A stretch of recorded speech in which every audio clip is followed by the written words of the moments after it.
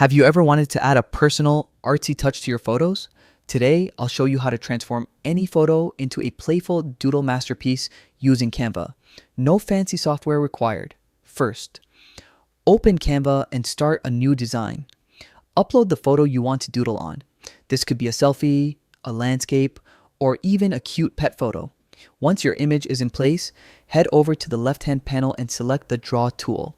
Here's where the fun begins. You can pick different brushes, adjust the thickness of your lines, and choose any color that fits your style.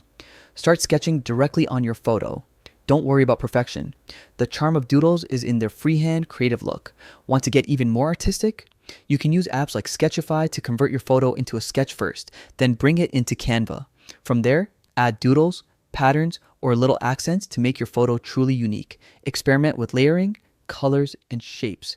A few simple doodles around your subject can completely change the vibe of your photo, from cute and quirky to bold and dramatic.